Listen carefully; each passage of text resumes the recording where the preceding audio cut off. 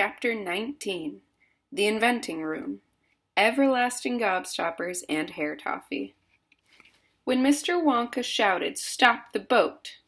the Oompa Loompas jammed their oars into the river and backed water furiously. The boat stopped. The Oompa Loompas guided the boat alongside the red door. On the door it said, "Inventing Room, Private, Keep Out." Mr. Wonka took a key from his pocket, leaned over the side of the boat, and put the key in the keyhole. "This is the most important room in the entire factory," he said. "All my most secret new inventions are cooking and simmering in here. Old Fickelgruber would give his front teeth to be allowed inside for just 3 minutes. So would Prodnose, and Slugworth, and all the other rotten chocolate makers. But now listen to me. I want no messing about when you go in. No touching, no meddling, and no tasting. Is that agreed?" "Yes, yes," the children cried. "We won't touch a thing." "Up to now," Mr. Wonka said, "nobody else, not even an Oompa Loompa, has ever been allowed in here." He opened the door and stepped out of the boat into the room. The 4 children and their parents all scrambled after him. "Don't touch," shouted Mr. Wonka, "and don't knock anything over." Charlie Bucket stared around the gigantic room in which he now found himself. The place was like a witch's kitchen. All about him, black metal pots were boiling and bubbling on huge stoves, and kettles were hissing, and pans were sizzling, and strange iron machines were clanking and spluttering, and there were pipes running all over the ceiling and walls, and the whole place was filled with smoke and steam and delicious, rich smells. Mr. Wonka himself had suddenly become even more excited than usual, and anyone could see that this was the room he loved best of all. He was hopping about among the saucepans and the machines like a child among his Christmas presents, not knowing which thing to look at first. He lifted the lid from a huge pot and took a sniff.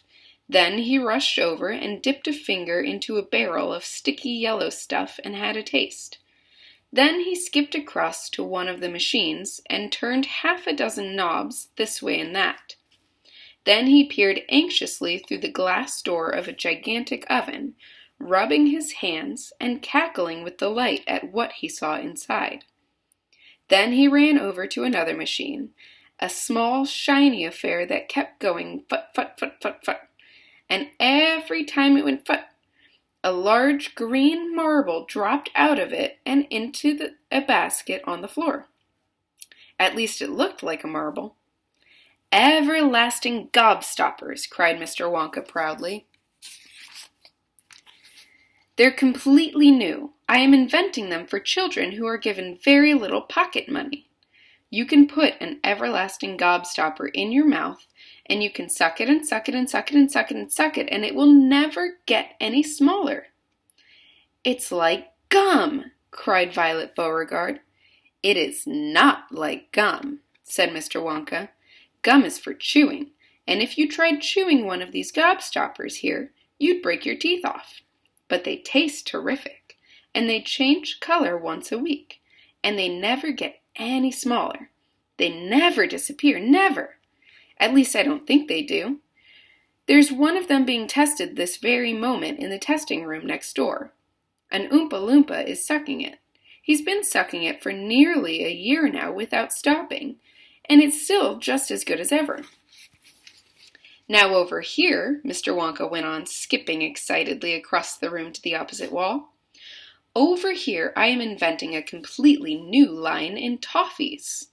He stopped beside a large saucepan. The saucepan was full of thick, gooey, purplish treacle, boiling and bubbling. By standing on his toes, little Charlie could just see inside it. "That's hair toffee," cried Mr. Wonka. "You eat just one tiny bit of that, and and in exactly half an hour, a brand new, luscious, thick, silky, beautiful crop of hair will start growing out all over the top of your head. And a mustache. And a beard. A beard? Cried Veruca Salt. Who wants a beard, for heaven's sake? It would suit you very well, said Mr. Wonka, but unfortunately, the mixture is not quite right yet. I've got it too strong. It works too well. I tried it on an Oompa Loompa yesterday in the testing room, and immediately a huge beard started shooting out of his chin, and the beard grew so fast that soon it was trailing all over the floor in a thick, hairy carpet. It was growing faster than we could cut it. In the end, we had to use a lawnmower to keep it in check. But I'll get the mixture right soon.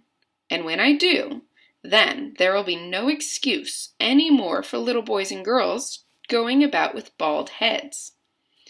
But Mr. Wonka, said Mike Teavee, little boys and girls never do go about with— Don't argue, my dear child, please don't argue, cried Mr. Wonka. It's such a waste of precious time. Now, over here, if you will all step this way, I will show you something that I am terrifically proud of. Oh, do be careful. Don't knock anything over. Stand back.